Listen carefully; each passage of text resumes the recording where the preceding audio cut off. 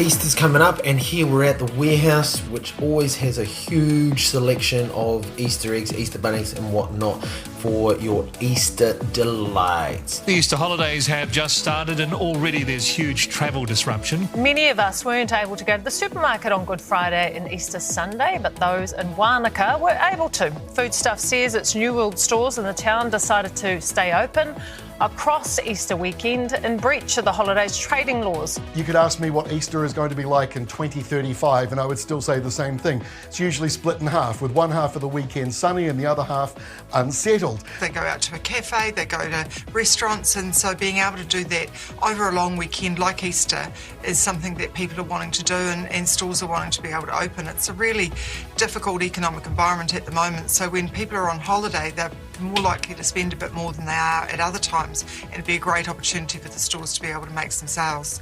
Chocolate treats, debate over shop opening hours, traffic congestion as Kiwis take advantage of 4 days off in a row. Often it's the last of the summer weather or the first of the winter blast. This is the Easter break in New Zealand that most people recognise. But it's not the same for everyone. I'm Alexia Russell, and today on The Detail, I'm going to look at two very different communities who are, at this time of year, taking part in events that are of utmost significance to them. Neither of them are always aligned with the same dates as the Christian Church's Easter calendar, but this year, both are. The name Easter comes, from pagan celebration, so we prefer to call it the glorious feast of the Holy Resurrection of Christ.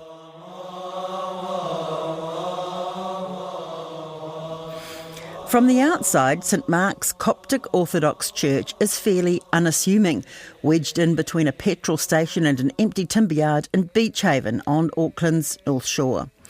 Inside, it's a beautiful, colourful church decorated with carvings and paintings depicting saints and biblical scenes, all handmade and imported from Egypt. The 116 families who make up the congregation will be spending a considerable amount of time looking at these magnificent walls this weekend as they mark Easter. Father Bishoy Mikhail is the parish priest and has been for the last 25 years. Like the word Coptic is derived from the Greek word Egyptos. Egypt, Copt. So when you say, I am a Coptic Christian Orthodox, that means that you are the Christian who come from Egypt. So we are Egyptian. Why Beach Haven? Is there a big population of Egyptian people here? I can say the total of families in New Zealand, maybe around 300 families, around that. Plus some students sometimes come from Australia or any other part of the world to study in different universities, like in Auckland, for example, or Otago. Mostly, like a lot of students go and study in Otago, in Dunedin.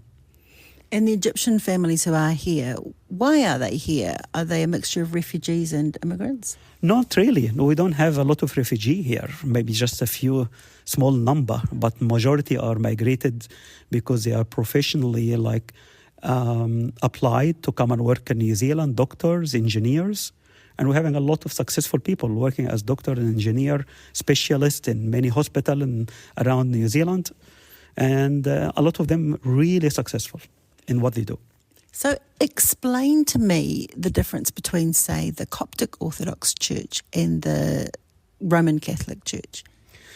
We are actually very similar in many aspects and many of the belief and the dogma, because we both the church, we're having 7 sacraments, exactly same 7 sacraments, but some differences in the way that we perform some of the sacraments. One of them, for example, priesthood.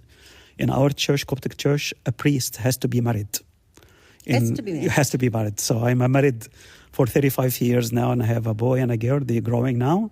So that's one of the difference. Like a priest has to be married. And to tell you the truth, I can't imagine my service without my wife. She's a big support in my service, and she's a big helper. Also, you're going to find some differences in the belief, for example, Saint Mary.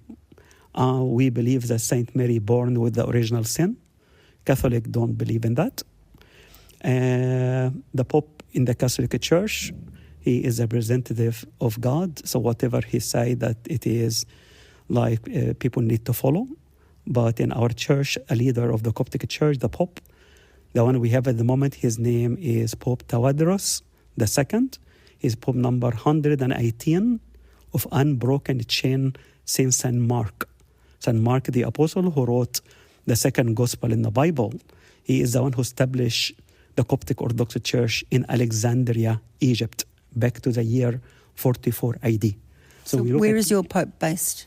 In Cairo at the moment, but originally in Alexandria. So Easter, this is like rush hour for you, rush hour for all churches.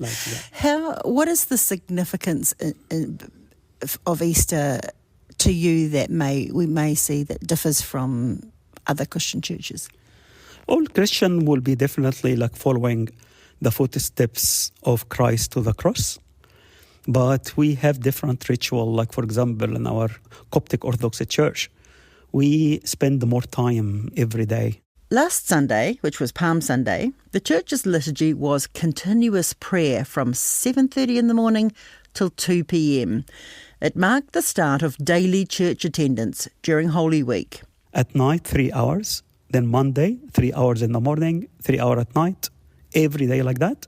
Good Friday, when we follow the footsteps of Christ hour by hour, we come from 8 o'clock in the morning till 6 p.m. We don't leave the church. So we have special ritual, prayer. Everyone will be fasting, no food, no drink, no break. 10 hours continuous.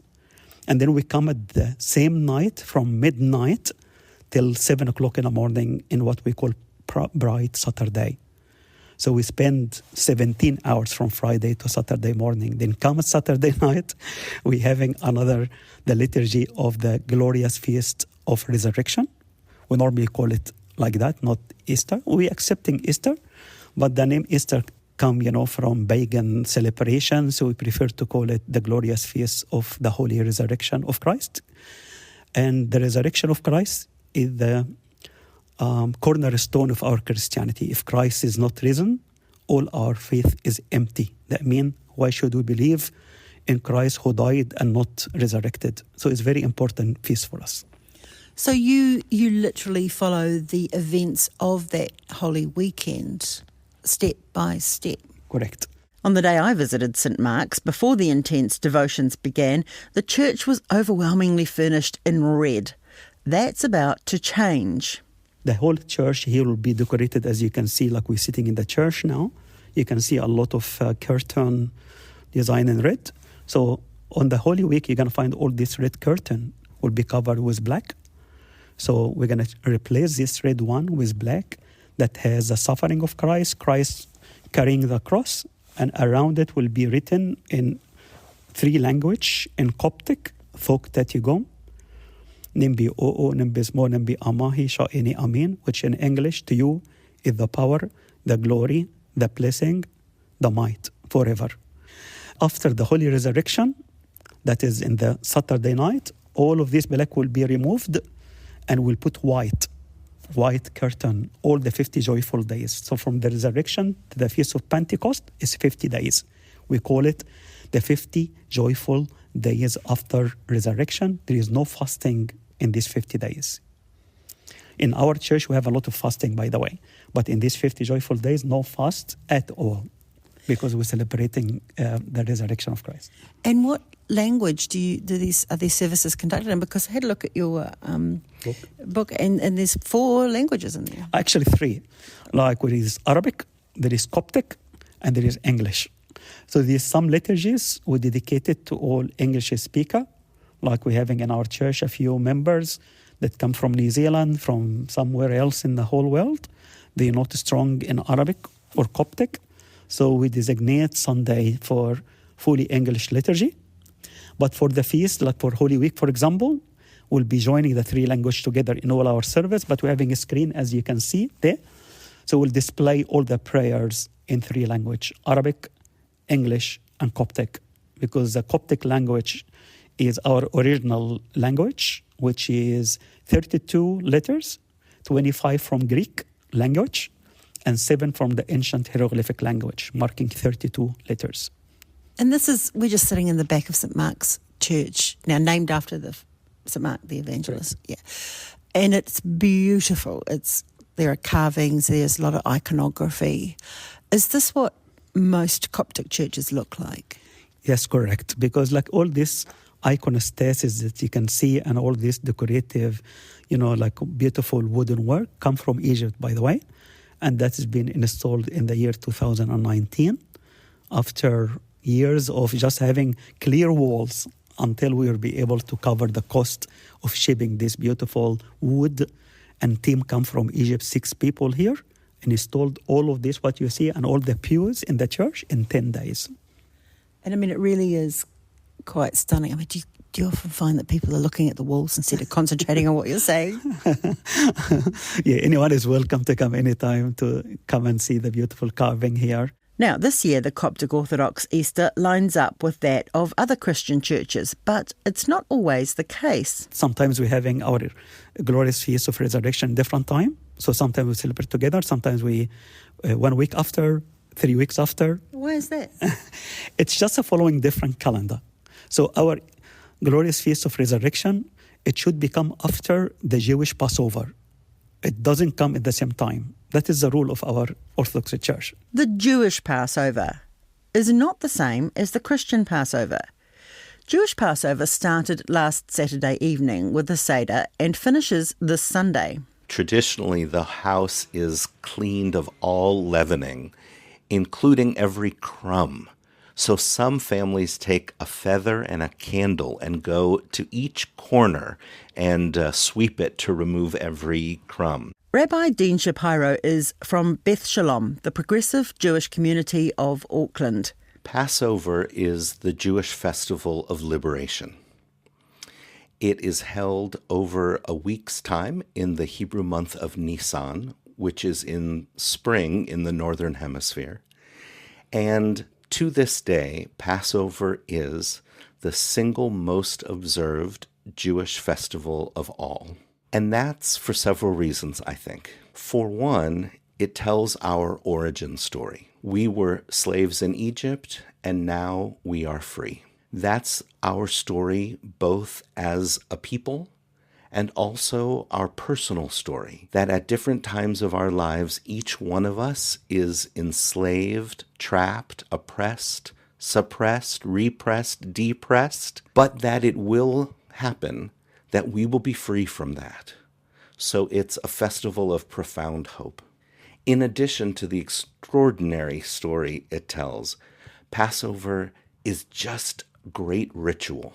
Families sit around a table, often extended families, often friends and neighbors as well, and we eat a story. Eat a story. Through symbolic foods that remind us of events and ideas and feelings of the Exodus story, we don't just retell it, we imbibe it. We experience it. And along with the eating, we sing, we ask questions, we answer questions. Some families have customs of acting out pieces of the story. Every member of the family, no matter what their age, has a role to play. So it is an incredibly engaging and inclusive ritual. And folks just love it. In addition, we eat a really special meal, and that's great fun too. So what's on the menu? So there are both the ritual foods and then the meal itself. Would you like me to answer the ritual foods? Start or with the the meal? ritual foods. So the ritual foods, in fact, I'll take this out, which might help. This is a Seder plate. It holds one element of each of the symbolic foods, and this plate with the foods on it is the centerpiece of any Passover table. So it's a sort of a large dinner plate with 6 indentations. We've got egg, bitter herbs, a shank bone, parsley, lettuce, and Charoset. charoset, which is apple wine? I'll tell you about it for Go on. sure. So there's one of these platters, depending on the table, there might be 2 and 3 if it's big enough, with all those foods in it that we eat over the course of the meal. And some of them are also scattered around the table as well for easy access. So let me tell you about each one, and I'll start with the charoset, which is a paste made of fruit, nut, and wine, sometimes or juice, sometimes some sweetener. And it reminds us of the mortar that our ancestors used when they built buildings in Egypt. And of course, it's also sweet. It's also the taste of redemption.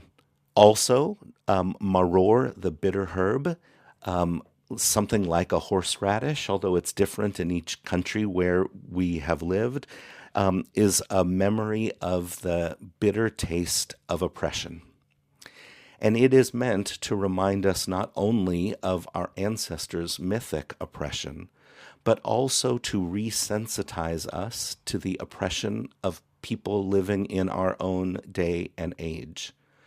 So that when we taste the bitterness, and then as we go through our lives in the days, weeks, and months to come, we see someone who is suffering, we'll be able to have direct empathy and remember the bitterness, and therefore be prompted to help them. This is not just Jewish people. Oh, any person, absolutely, absolutely. For me, the maror, the bitter herb, is a profound spiritual lesson and experience in deep, radical empathy.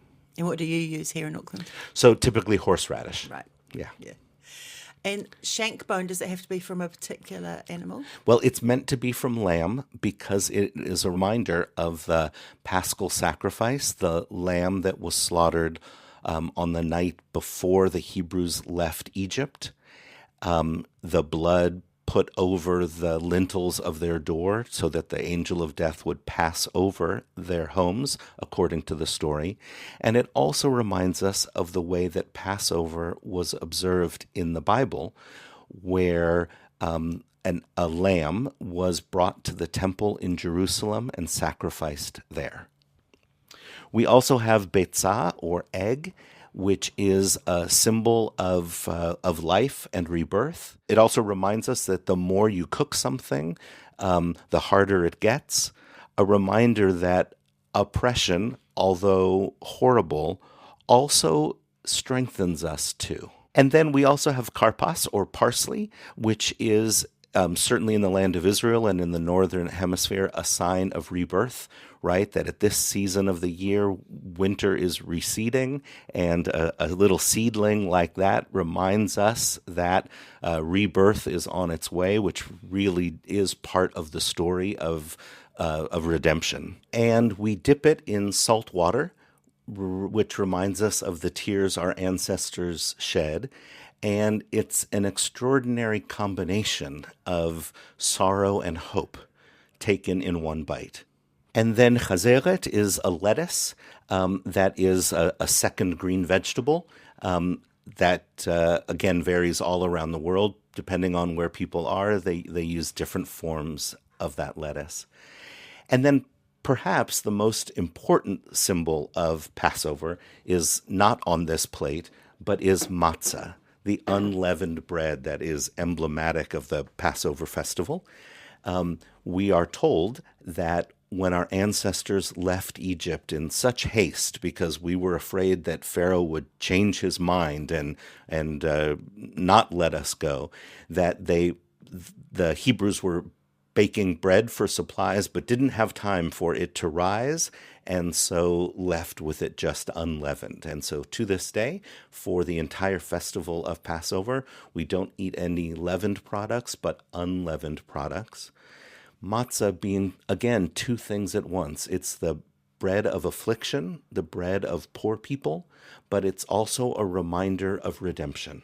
Where do you get matzah bread here? Do you have to make your own? No, it's quite complicated to make properly and especially to scale, so it's imported from Israel. How do you cope when there's seasonal things there that we are the opposite of? It's a challenge, I have to tell you. And so it requires us to hold two truths at once.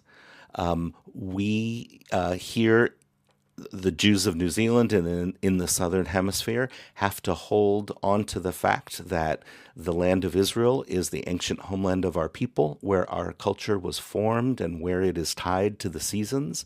And so we observe festivals in their time, on their date, as part of our connection to Jewish people all around the world. And being here in the Southern Hemisphere, we need to recognize that it doesn't always speak to our reality, and sometimes we have to adapt. How big is the Jewish community here in New Zealand, here in Auckland? So I am told that the Jewish community in New Zealand is somewhere between 8 and 10,000. Of course, people self-define in a whole lot of different ways. Now, in an effort to connect with the Jewish community at a time when some Jewish and Christian stories, like Passover, overlap, some Christians started holding their own Seder meals. Catholic scholars say don't do it, that Christianising the Seder is offensive, partly because for centuries the principal threat to Jews was Christians. Christian symbolism shouldn't be superimposed on a practice central to Judaism. Rabbi Dean helped script a statement in conjunction with the Anglican Church saying the practice is disrespectful. Christianity draws on the Hebrew Bible, certainly, for characters and stories and lessons. Some Christians believe that the Hebrew Bible prefigures Christian truth, that the Hebrew Bible sets up Jesus' life and passion. Jews don't believe that. We believe that our culture stands on its own and exists for itself, and we don't believe that it has been superseded by Christianity. And in fact, we believe, and we know very well, that Christianity has a way to observe the death and passion of Jesus, and that is Easter week, and specifically Easter Sunday. I am aware that some Christians, for the best of reasons, that because they want to draw close to the experience of Jesus, have adopted the practice of having a Passover Seder. They use the same rituals and ritual foods, but they change the meaning to support Christian ideology and theology, removing it from the Jewish context. Or appropriating it. Sure, but I think it's both things. It's removing and appropriating. Both things happen. And while I absolutely appreciate the impetus to draw close to Jesus, it's also historically inaccurate. While Jesus would have celebrated Passover, he would not have celebrated the Seder. And that's because during his lifetime, the temple stood in Jerusalem, and it's very clear how Jews of his time celebrated Pesach. They brought a lamb as a sacrifice to the temple, and offered it to God and through the priests there, and ate a meal together with the lamb and with matzah. The Seder, as I've been describing it, is a later invention that arose after the temple was destroyed by the Romans, and those sacrifices could no longer be brought. So the early rabbis said, well, we can't do it the way we are used to doing it, and our parents and grandparents, great-grandparents have done it. And as the Torah, the Hebrew Bible, tells us to do it, let's figure out a new way. And so they created this ritualized dinner that tells the story along the lines of the Greek symposium, an evening of questions and answers and small bites and dips. Right. So what year did that emerge? So the temple was destroyed in 70 of the Common Era, and we find it described in the Midrash, which is the speakings of rabbis in the first in the 2nd and 3rd century of the Common Era and gets written down thereafter. So the Hebrew Bible does not talk about the Passover Seder. It talks about the Passover sacrifice. And only later, in classical antiquity, do we have the evolution of this ritual. That's it for this week. The Detail is a newsroom production supported by RNZ and New Zealand On Air. This episode was engineered by Alex Harmer and produced by Gwen McClure. Thanks to Father Bishoy Mikhail and Rabbi Dean Shapiro. I'm Alexia Russell, and for those who celebrate, Happy Easter.